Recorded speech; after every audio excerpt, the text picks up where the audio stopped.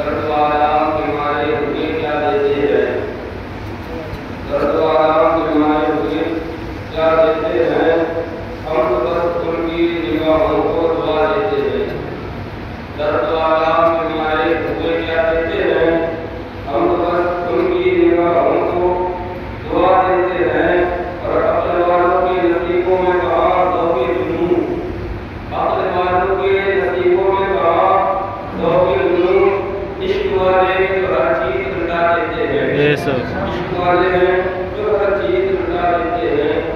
اللہ رب العزت نے قرآن مجید اور قرآن کریم میں ارشاد فرمایا وَأَقِیمُوا الصَّلَاةَ وَآتُوا الزَّکَاةَ وَأَطِیعُوا الرَّسُولَ لَعَلَّکُمْ تُرْحَمُونَ۔ نماز قائم کرو اور اپنی مال سے زکات ادا کرو اور رسول صلی اللہ علیہ وسلم کی اتباع پیروی فرمانبرداری کرو، اس امید پر کہ تمہارے اوپر رحم کیا جائے۔ نماز کی پابندی، مال سے زکات ادا کرنا اور اس کے بعد صلی اللہ علیہ وسلم کی پیروی اور فرمانبرداری کرنا اس امید پر ہونا چاہیے کہ اللہ تعالیٰ ہم پر اپنا فضل عطا فرمائے، اس امید پر ہونا چاہیے کہ اللہ تعالیٰ ہم پر اپنا کرم نازل فرمائے، اس امید پر ہونا چاہیے کہ اللہ تعالیٰ ہماری بخشش و مغفرت فرمائے۔ تو اس آیت کریمہ کے اندر جہاں تعالیٰ نے نماز کا حکم دیا ہے، جہاں تعالیٰ نے زکات ادا کرنے کا حکم دیا ہے، جہاں تعالیٰ نے سرکار مدینہ صلی اللہ علیہ وسلم کی اتباع اور پیروی اور فرمانبرداری کا حکم دیا ہے، وہیں پر یہ بھی فرمایا اس امید پر یہ کرنا کہ تمہارے اوپر رحم کیا جائے، اس امید پر یہ کرنا تمہارے اوپر کرم کیا جائے۔ آخر بات کیا ہے؟ اللہ تعالیٰ نے نماز کا حکم دیا، زکات کا حکم دیا، اتباع رسول کا حکم دیا، پھر اس کے بعد یہ کیوں فرمایا اس امید پہ کرنا کہ تمہارے اوپر رحم کیا جائے؟ تو بات سمجھ میں آتی ہے اللہ تعالیٰ نے یہ اس لیے فرمایا کہ اپنی عبادتوں کو ریاکاری کی طرف نہ لے جانا، نماز پڑھنا دکھاوے کے لیے نہ پڑھنا، زکات دینا دکھاوے کے لیے نہ دینا، اطاعت رسول پاک صلی اللہ علیہ وسلم کرنا دکھاوے کے لیے نہ کرنا۔ اگر تمہارے یہ معاملات دکھاوے کے لیے ہوئے، تمہارے یہ معاملات ریاکاری کے لیے ہوئے، تو اس کا تمہارے اوپر کوئی فائدہ حاصل نہیں اٹھا پاؤ گے، اس سے تم کوئی فائدہ اٹھانا پاؤ گے۔ اس کا فائدہ تبھی ہوگا جب تم اس نیت پر اور اس امید پر یہ کام کرو کہ تمہارے اوپر رحم کیا جائے، تمہارے اوپر رب کا پیغام نازل ہو، تمہارے اوپر رب کا احسان نازل ہو۔ جب یہ امید اور یہ نیت ہوگی تو پھر بندے کی عبادتوں میں لذتیں ہوں گی، بندے کی عبادتوں میں خشوع ہوگا، بندے کی عبادتوں میں خشوع اور خضوع ہوگا۔ آج اکثر و بیشتر دیکھنے میں آتا ہے کہ لوگ نمازیں پڑھتے ہیں، زکات اپنے مالوں سے ادا بھی کرتے ہیں، اتباع رسول بھی کرتے ہیں، لیکن اس کا فائدہ ان کو حاصل نہیں ہوتا۔ اس کی سب سے بڑی وجہ یہی ہے کہ ہماری جو کام ہے، جو عبادتیں ہیں، آج رسمی رہ گئی، آج دکھاوے کی رہ گئی۔ اے کاش کہ ہم رسول کو راضی کرنے والی عبادتیں کرتے تو پھر ایک سجدہ جسے تو بلا سمجھتا ہے 1000 سجدوں سے دیتا ہے آدمی کو رجا۔ اگر ایک سجدہ خوشی اور خضوع کے ساتھ کیا جائے تو وہ 1000 سجدوں سے بہتر ہے جو لوگوں کو دکھاوے کے لیے کیا جائے۔ لہٰذا اللہ رب العزت کا فرمان ہے نماز کو قائم کرو، اور یہ ایک ہی مقام پر نہیں بلکہ اللہ تعالیٰ نے جہاں جہاں نماز کا ذکر کیا اس کے ساتھ ساتھ اکثر و بیشتر مقامات پر ساتھ میں زکات کا بھی حکم دیا۔ کہیں اللہ فرماتا ہے اقیموا الصلاۃ وآتوا الزکاۃ وارکعوا مع الراکعین، اے لوگوں نماز قائم کرو، زکات دو اور رکوع کرنے والوں کے ساتھ رکوع کرو، یعنی جماعت کے ساتھ نماز پڑھو۔ جہاں جہاں ہم نے نماز کا حکم دیا ساتھ ہی زکات کا بھی حکم دیا، اس لیے کہ نماز جو ہے وہ دل کو صاف کرتی ہے، نماز جو ہے بندے کے گناہوں کو دور کرتی ہے، اور زکات جو ہے وہ اس کے مال کو پاک کرتی ہے۔ اور اس مہینے میں ماہ رمضان کے اس مبارک مہینے میں اکثر و بیشتر لوگ اپنے مال سے زکات بھی دیتے ہیں، صدقات بھی کرتے ہیں، خیراتیں بھی ادا کرتے ہیں، ہے نا؟ کیوں؟ کیونکہ اس مہینے کی بڑے فضائل ہیں، بڑی شانیں ہیں، بڑے اس مہینے میں اللہ تعالیٰ نے برکتیں رکھی ہیں، بڑی برکتیں رکھی ہیں۔ دیکھیں آقا کریم سید عالم صلی اللہ علیہ وسلم ارشاد فرماتے ہیں، حضرت ابو ہریرہ اس حدیث کے راوی ہیں، آقا علیہ السلام نے فرمایا کہ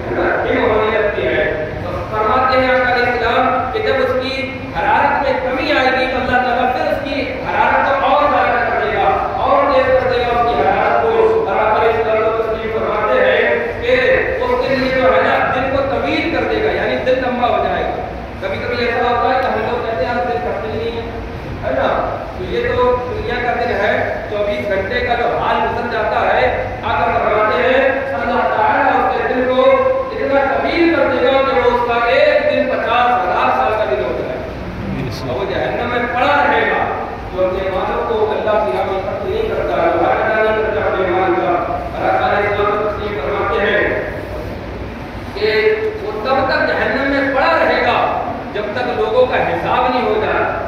جنتی جنت میں نہیں چلے جاتے, جہنمی جہنم میں نہیں چلے جاتے, پھر کہیں جا کے اس کا حساب ہوگا. اگر ایمان والا ہوا پھر اس کا ٹھکانہ جنت تو ہے ہی ہے, کیونکہ ایمان جو ہے وہ جنت کی ضمانت ہے. اعمال ضمانت نہیں, اعمال کے سبب بندہ جو ہے بلند مقام پا سکتا ہے, مرتبہ پا سکتا ہے, لیکن اصل میں جنت میں جائے گا وہ ایمان کے سبب جائے گا. اسی طریقے سے اگر کوئی گناہ کرتا ہے تو وہ جہنم میں تو جا سکتا ہے, گناہوں کی سزا تو پائے گا, لیکن گناہ کرنے سے اس کا ایمان ختم نہیں ہوگا, ایمان اس کا ضائع نہیں ہوگا. کوئی شخص شراب پیے ماذ اللہ رب العالمین, کوئی شخص جوا کھیلے ماذ اللہ رب العالمین, کوئی زنا کرے, کوئی بھی گناہ کرے, اس سے وہ رہے گا مسلمان ہی لیکن گناہگار شخص ہو جائے گا. اب یہ اللہ کا کرم ہے, چاہے تو اس پر اس کی سزا دے, چاہے تو اس پر اس کو معاف کر دے. یہ اللہ رب العزت کا فضل ہے, چاہے تو اس کے ساتھ اس کو جو ہے نا کہ جرم پر اس کو سزا دے یا معاف کر دے. بہرحال اللہ رب العزت نے حکم فرمایا نماز پڑھو اور زکات ادا کرو. آقا علیہ الصلوۃ والتسلیم فرماتے ہیں, حدیث پاک میں ہے کہ سرکار نے فرمایا کہ مال اور اولاد انسان کو بزدل بنا دیتی ہے, بزدل کر دیتی ہے. لوگ اولاد کی محبت میں اور مال کی محبت میں بزدل ہو جاتے ہیں. یہ میرے مصطفیٰ کا فرمان ہے. اللہ کے محبوب سید عالم صلی اللہ علیہ وسلم نے جو کچھ فرمایا سب سچ فرمایا, حق فرمایا. اس لیے کہ رب تعالیٰ قرآن میں فرماتا ہے وما ينطق عن الهوى ان هو الا وحی یوحی, میرا محبوب اپنی طرف سے کچھ کہتا ہی نہیں ہے, جو بھی کہتا ہے ہمارے حکم سے کہتا ہے. بے شک سرکار مدینہ صلی اللہ علیہ وسلم نے فرمایا کہ اولاد اور مال انسان کو کیا کر دیتا ہے, بزدل بنا دیتا ہے. انسان اولاد کی محبت میں اللہ کی نافرمانی کر بیٹھتا ہے, انسان مال کی محبت میں اللہ کی نافرمانی کر بیٹھتا ہے, اور اس کی مثالیں بہت ساری ہیں. اب ذرا غور کریں, اللہ رب العزت نے قرآن مجید میں دوسرے مقام پر ارشاد فرمایا, اللہ فرماتا ہے ترجمہ یہ ہے کہ اور لوگ جو جوڑ کر رکھتے ہیں سونا چاندی اور مال, جوڑ کر یعنی جمع کرتے ہیں, سونا چاندی مال وغیرہ جمع کرتے ہیں اور اسے اللہ عز و جل کی راہ میں خرچ نہیں کرتے. جمع کر رہے ہیں, آپ آنا بینک ہے, جانا بینک نہیں, جمع کرتے رہتے ہیں اور اللہ کی راہ میں خرچ نہیں کرتے. تو اللہ رب العزت ارشاد فرماتا ہے کہ وبشرہم بعذاب علیم, ان کو خوشخبری سناؤ دردناک عذاب کی. جو اپنے مال کو جمع کرنے پہ لگے ہوئے ہیں اور راہ خدا میں خرچ نہیں کرتے, ان کے لیے رب فرماتا ہے خوشخبری سناؤ انہیں عذاب علیم, دردناک عذاب کی. ایسا عذاب جو ذلت والا ہے, جو رسوائی والا ہے. اور مزید رب فرماتا ہے کہ جس دن وہ تپایا جائے گا جہنم میں, جو سونا جمع کیا, جو چاندی جمع کی, جو مال دولت جمع کیا, وہ سارے کا سارا بندے نے جمع کیا تھا کہ اس سے ہم اپنی دنیا بنائیں گے, لیکن ایک ہوا کا جھونکا آیا جس کے ساتھ ملک الموت بھی آئے اور آنے کے بعد روح کو پکڑا لے گئے.